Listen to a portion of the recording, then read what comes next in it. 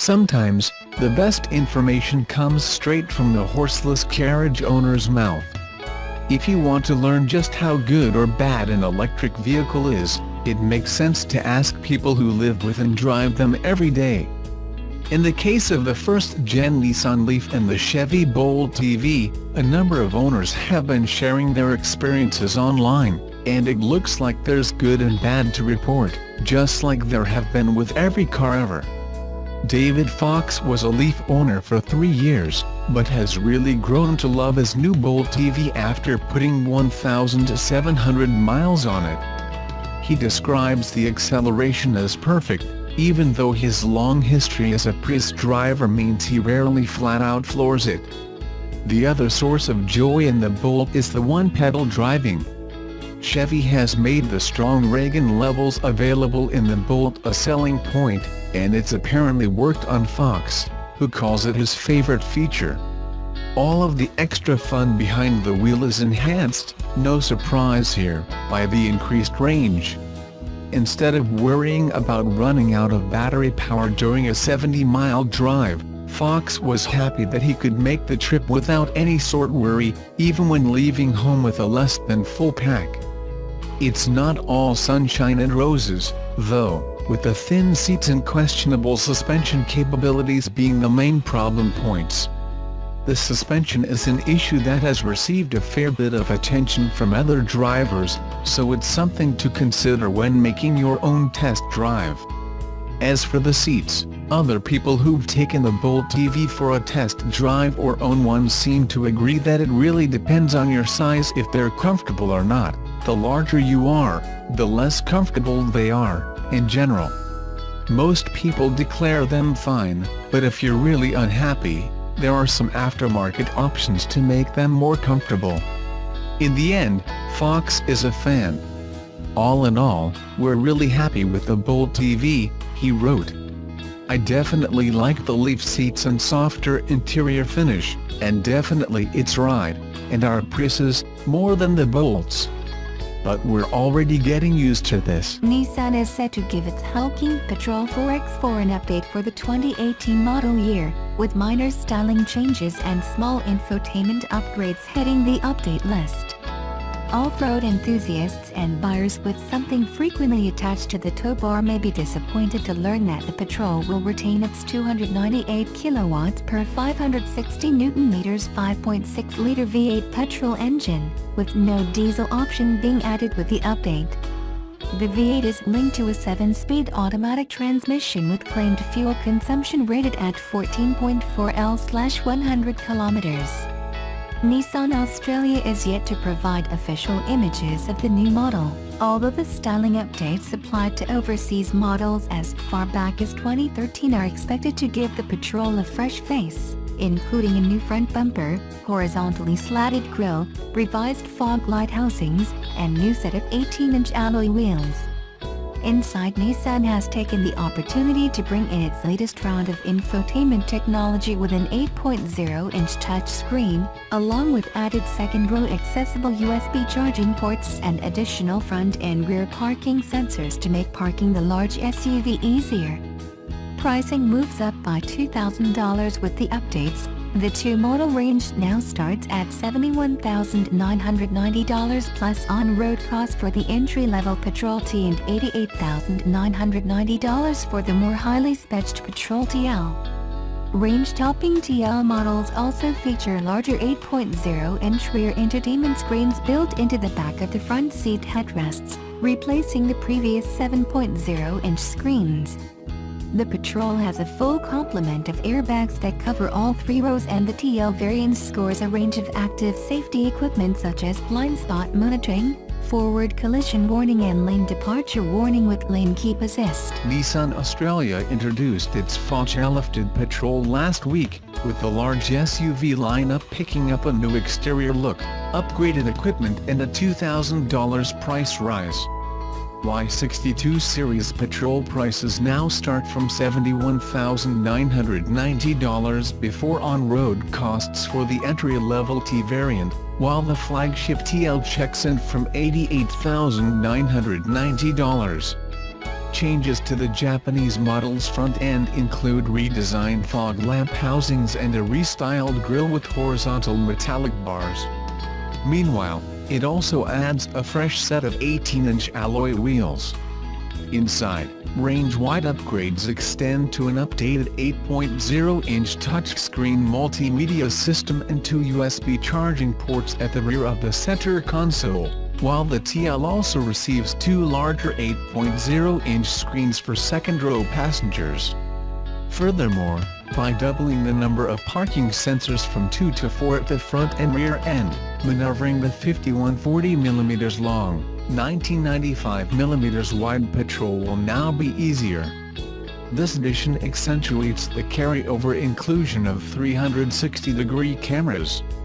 Standard equipment levels continue to include satellite navigation, Bluetooth connectivity, keyless start, climate control, a full-size spare alloy wheel and 6 airbags. The TL further adds a 13-speaker Bose sound system, xenon headlights, power tailgate and heated-cooled front seats. Safety and driver assistance features exclusive to the flagship Patrol included adaptive cruise control, blind spot monitoring, forward collision warning, lane departure warning and lane keep assist among others. There are no changes to the Patrol's 5.6-liter naturally aspirated V8 petrol engine, which produces 298 kilowatts of power at 5,800 RPMs and 560 Nm of torque at 4,000 RPMs. Drinking a claimed 14.5 L/100 km on the combined cycle test, the SUV's carbon dioxide emissions have been tested at 343 grams per kilometer. Both Patrol variants are exclusively paired to a 7-speed automatic transmission and an all-mode 4-wheel drive system, which features a low-range transfer case that is controlled via a shift switch. Patrol sales have been on the decline this year, with 711 examples sold to the end of September, representing a 50.6% decrease over the 1,440 units Nissan managed during the same period in 2016. This 2017 tally places the Patrol behind the segment-leading Toyota Land Cruiser, which has moved 9,575 vehicles through the first 9 months of the year. Australia's four-wheel drive pickup and cab chassis market was up by 10.2% year-on-year at the end of August, but new registrations of Nissan's Navara were struggling, down by 7.5% in the same period.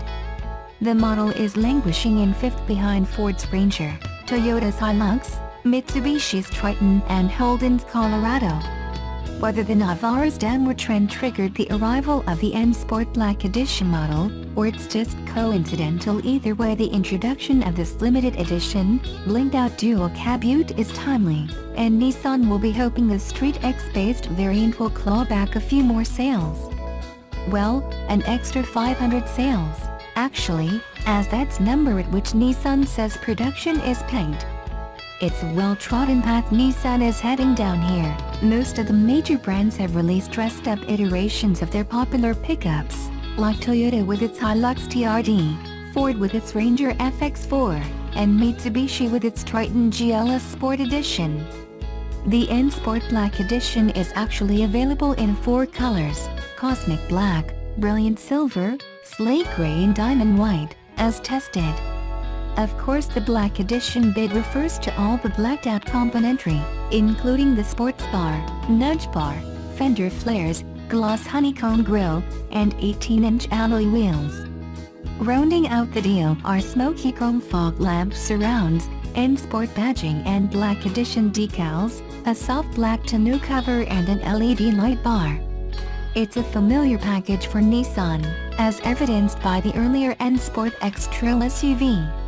The Navara version is based on the Street X model grade and mechanically, and in terms of standard features, the pickup remains unchanged. As such, power is provided by Nissan's 2.3-liter 4-cylinder twin-turbo diesel, good for a claimed 140 kilowatts and 450 Nm, and the urge is fed to the rear or all 4 wheels via a 7-speed manual or 6-speed automatic transmission. A switch-actuated dual-range transfer case alternates between high and low range, while there's hill descent control and the locking rear differential for tricky terrain. Other notable features include a multimedia system with a 7.0-inch color touchscreen display, satellite navigation, a reversing camera and reversing sensors. On the safety front, this 5-star NCAP-rated unit scores married airbags, stability control, hill start assist and brake assist, among other inclusions. How much will it cost? The Nissan Navara N Sport Black Edition is priced at $54,490 for the manual model and $56,990 for the automatic. That's essentially adding a $2,500 premium for all the N Sport extras, while the auto transmission adds $2,500 over the manual. Why shouldn't I buy it? For anyone hunting for a new 4-wheel drive dual cab ute, the Nissan Navara N Sport Black Edition represents a capable and attractive option which will stand out from the dual cab masses. Substantial appointments and a high level of interior comfort are assured, however the Navara dual cab's coil spring 5-link rear suspension does represent something of a double-edged sword. It provides a smooth and compliant ride when unladen, but falls short of traditional Leaf springs when shifting or towing a heavy load, as we discovered during a tow test not long after the latest gen model's launch in 2015. However, over the course of this test, which comprised town duties and a bit of weekend 4-wheel drive work, the Navara served as a modern and comfortable commuter and a fairly capable off-roader. It's a bit of a noisy beast when working hard, and we did bend one of the side steps during a steep off-road descent, but we doubt any other modern dual cab would have fared any better. Engine performance is adequate, if not exactly scintillating. There's plenty of urge, but it does require more revs than some rivals to access the best of it. There's usable go from below 2,000 RPMs, but it doesn't truly hit its straps until you've pushed past 3,000 RPMs. Niceties include electric front driver's seat adjustment, a sturdy synthetic trunk liner and an electric center pane in the rear window. We like the dash top tray with 12-volt plug, ideal for an off-road GPS. There's a further 12-volt socket in the center bin, and another one over the tray at the bottom of the center stack, with a USB port and 3.5mm jack nearby. Cab storage is modest, limited to a medium-sized glove box, the small center bin, and fairly compact door side pockets. There are 4 cup holders for the driver and front passenger, right where you want them. Room for second-row occupants is reasonable, but the seat back is fairly upright. It's a ute, after all. There are no power sources in the back, but passengers do at least get their own heating and cooling vents. Nissan quotes a combined cycle fuel consumption of 7.0 L/100 km for this model. We achieved a real-world figure of 9.6 L/100 km. When is it available in Australia? The Nissan Navara N Sport Black Edition is available now. As mentioned, production is limited to 500 units. So what do we think? This is a comfortable and capable all-rounder. With its coil spring rear end, it offers a ride which is surprisingly refined for what is, in essence, a ladder frame-like commercial ute. But if you're often required to test the upper limits, 3,500 kilograms towing and 941 kilograms payload, auto, for the Navara, you might want to look at some of the gruntier rivals. Those scenarios aside, the Navara is a solid, dependable pickup which, let's not forget, also forms the basis of the imminent Mercedes-Benz X-Class. In N Sport Black Edition form, buyers get an upgrade which seems quite generous in terms of bang for your buck, and all in a package guaranteed to turn heads and provoke compliments, as we found numerous times during the course of this test. At this price and with these features, the Nissan Navara N Sport Black Edition seems like a fair proposition to us, and one we take over a standard straight X without a second thought.